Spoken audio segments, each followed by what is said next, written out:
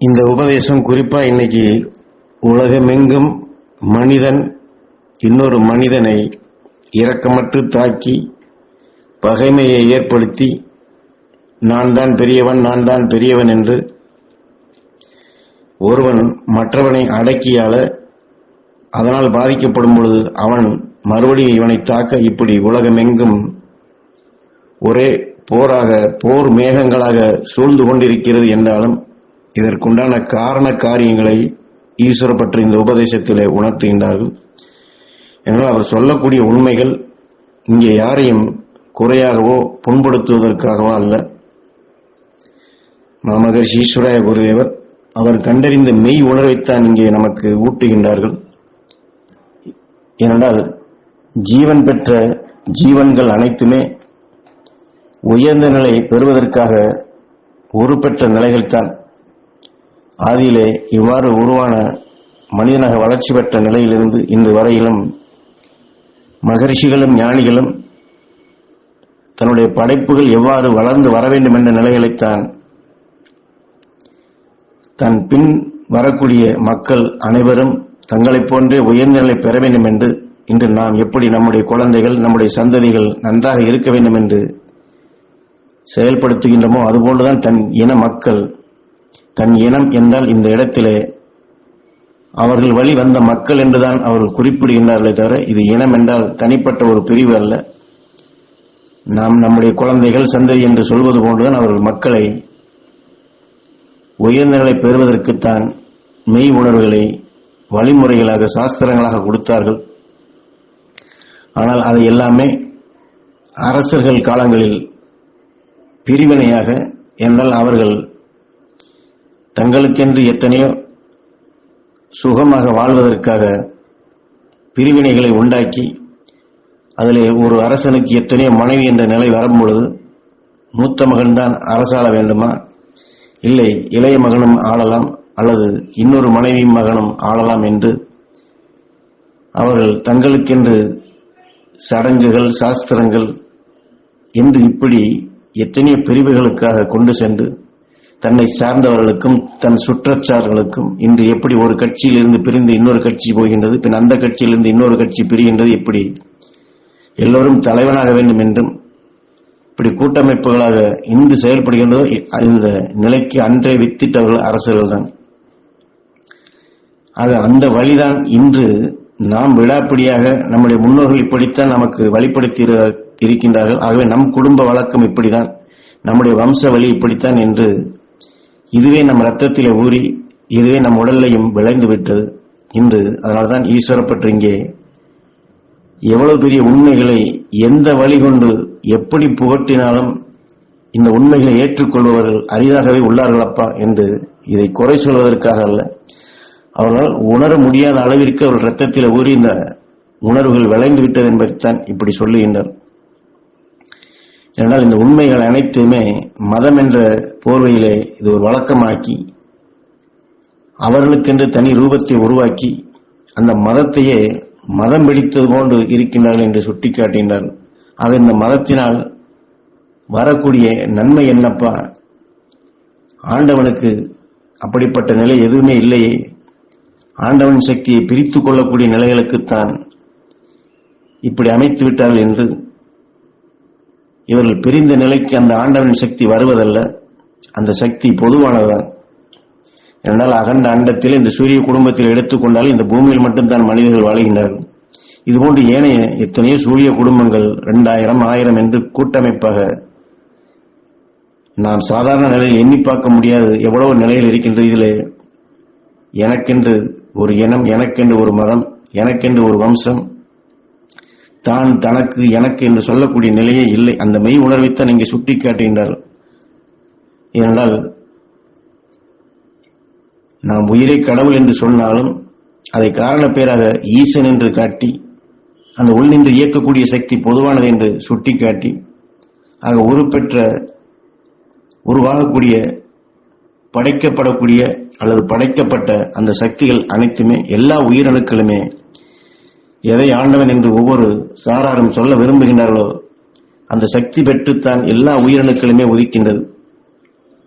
ஆனால் உதிக்கக்கூடிய நிலைகள் அதில் எந்த ஜாதியும் இல்லை, எந்த மதமும் இல்லை, எந்த பிரிவினையும் இல்லை. ஆண்டவன் சக்தியில் அனைத்துமே பொதுதான். ஆனால் இப்படி இருக்கும் பொழுது இதுல இன்ன இடத்திலே இன்ன குடும்பத்திலே பிறந்தது, இதுதான் கடவுள் என்று இப்படி மனிதன் தான் இதை பிரிக்கின்றான். ஏனென்றால் தான் வாழ, தன்னை சுற்றி இருப்பவர் வாழ, தன் கூட்டமைப்பு வாழ என்று, இதுவே தன் ஊர், தன் நாடு, தனக்கென்று ஒரு கூட்டம் என்று இப்படி எல்லாத்தையுமே கேள்விக்குறியாக ஆக்கிவிட்டார்கள் என்று சொல்லுகின்றார்.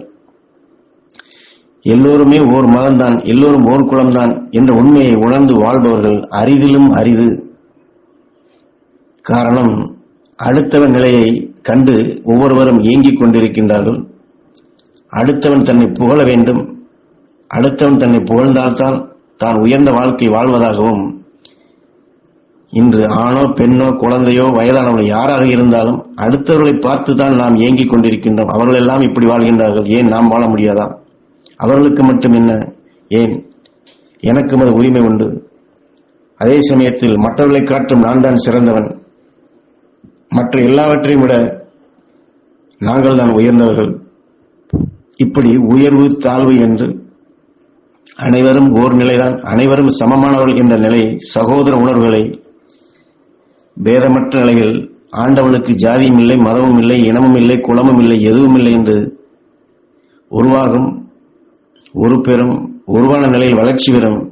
எதிலுமே இந்த பிரிவு இல்லை என்ற நிலையை,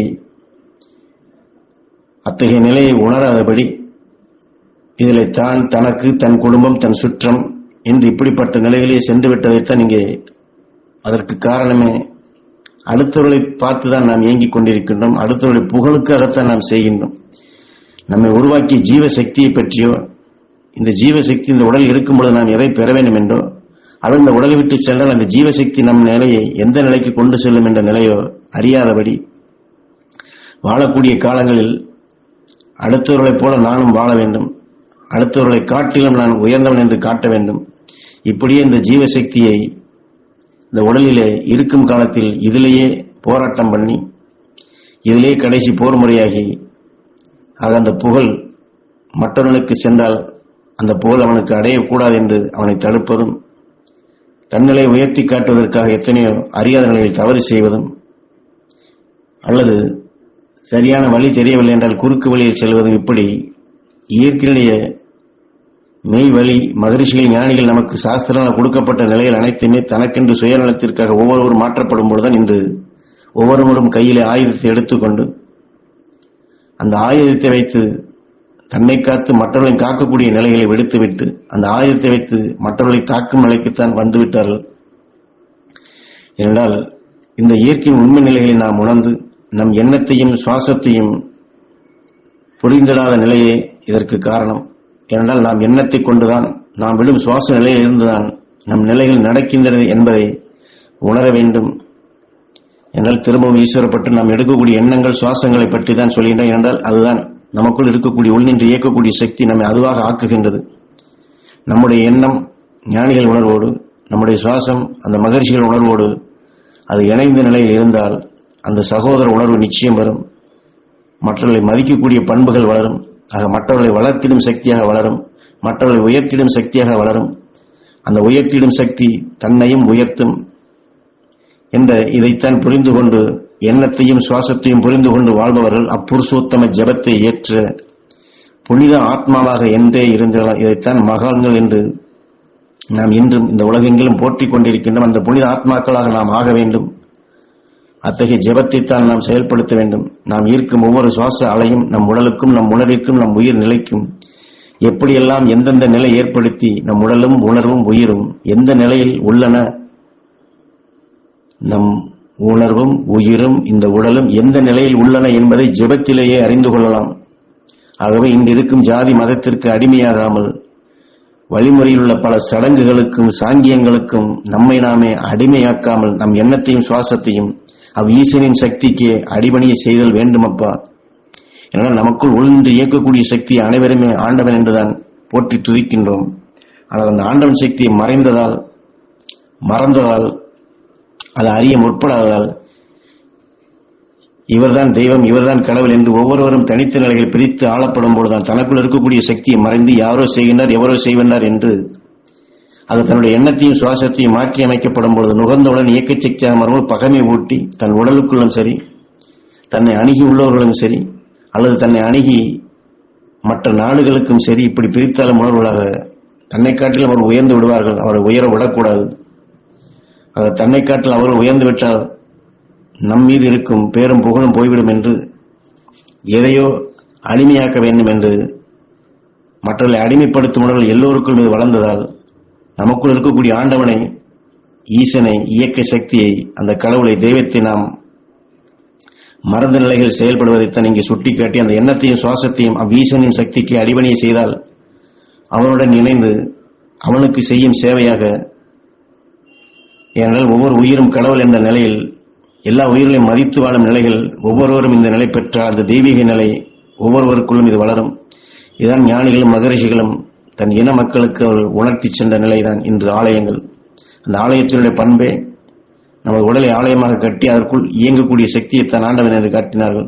ஆக இந்த உடலை ஆலயமாக மதித்து அதற்குள் இருக்கும் ஈசனின் சக்தி நாம் வணங்கி பணிந்து அந்த உயிர்வழி உயர்ந்த சக்திகளை பெற்று ஒவ்வொருவரும் அந்த புருஷோத்தமனாக உயர்ந்த நிலையை பெறலாம், வாழ்வாங்கு வாழலாம், மகிழ்ச்சியுடன் இணைந்து வாழலாம். ஆக அந்த ஈசனின் சக்திக்கு நாம் அடிபணிதல் வேண்டும்.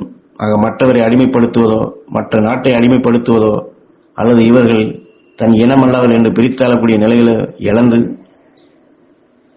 எல்லோரும் ஓர்குலம், எல்லோரும் தன் இன மக்கள், எல்லோரும் இந்த பூமி தாய் பெற்ற குழந்தைகள், சகோதரர்கள் என்று அந்த உயிரோடு ஒன்றக்கூடிய நிலையாக ஆண்டவனுக்கு இனமில்லை, மதமில்லை, பேதமில்லை என்ற நிலைகளை உணர்ந்து அந்த தெய்வீக நிலைகளாக தெய்வீக சக்திகள் ஒவ்வொருவரும் பெற வேண்டும் என்ற நோக்கத்திற்குத்தான் இந்த உபதேசத்தை நமக்கு தெளிவாக்குகின்றனர். என்றால் இன்று இதை சொன்னாலும் உணர்த்தினாலும் ஏற்போர் அரிதாகவே உள்ளார்கள். காரணம், அவரவர்கள் இரத்தத்திலே ஊறிய அந்த அணுக்கள் முன்னோர்கள் மூதாதைகள் என்று வழி வழியாக வந்த காரணத்தினால் இந்த காட்டு மண்டலமே அத்தகைய பிரித்தால் உணர்வு கொண்டு வரப்படும் போது தனக்குள் இருக்கக்கூடிய உயிரையும் தனக்குள் இயங்கக்கூடிய உணர்வுகளையும் தன் உடலாக உருப்பெற்ற உயிர் அணுக்களுடைய இயக்கங்களையும் மறந்து இன்று நாம் சம்பாதிக்கும் சொத்து சுகம் என்ற நிலையில் அதில் கிடைக்கும் பேரும் புகழும் தான் வாழ்க்கை என்று அந்த வாழக்கூடிய வாழ்க்கையிலே நாம் இதுதான் நாம் அடைந்த உன்னதமான நிலை என்று இந்த உணர்வுகளையும் உயிரையும் இந்த உடலுக்கு பின் அடைய வேண்டிய நிலைகளும் மறைந்த நிலைகளை மறைக்கப்பட்ட நிலைகளாகவே போய்கொண்டிருக்கக்கூடிய நிலைகளை திருத்தி சரியான பாதையில் நாம் செம்மையான நிலைகள் வர வேண்டும் என்பதற்குத்தான் இங்கே அனைவருமே அந்த ஆண்டவன் சக்தி அடிபணிதல் வேண்டும். ஆக என்னுடைய ஆண்டவன் உன்னுடைய ஆண்டவன் என்று பிரித்தாளும் நிலையில் இல்லாதது ஒவ்வொரு அணுவிலும் இருக்கக்கூடிய அந்த சக்தியை நாம் மதித்து நடத்தல் வேண்டும். நாம் மதித்தே வாழ வேண்டும். அந்த மதிப்பு நம்மை உயர்ந்த நிலைக்கு அழைத்துச் செல்லும். அனைவரும் அந்த உயர்ந்த நிலை பெற நாம் நம்முடைய இந்த வாழ்க்கையை வழி நடத்த வேண்டும் என்று ஈஸ்வரப்பட்ட இந்த உபதேச வாயிலாக நமக்கு நாம் இந்த பூமி தாய் பெற்ற குழந்தைகள் ஈஸ்வரப்பட்டு சொல்வது போன்று ஞான செல்வங்களாக நாம் வளர வேண்டும் என்ற நோக்கத்திலேயே இந்த உபதேசத்தை நமக்கு உணர்த்துகிறார்கள்.